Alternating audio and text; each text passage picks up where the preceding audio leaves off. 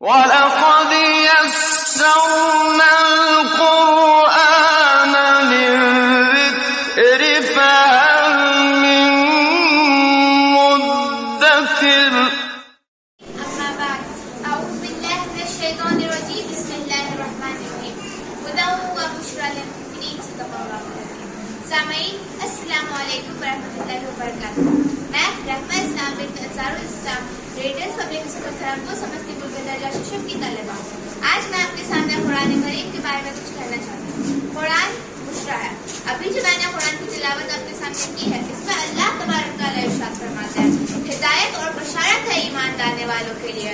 وہ اپنے پیروکاروں کو بہترین انجام اور روشن ترین مستقبل کی نوید سناتا ہے. اور قرآن کے پیروکار بھی اپنی دعوتوں میں بشارت کے پہلے کو غالب رکھتے ہیں. تو آئیے قرآن سے رشتہ جوڑے, قرآن پڑھے, قرآن سمجھ کر پڑھے, قرآن پہ غور و فکر کرے, قرآن پر عمل کرے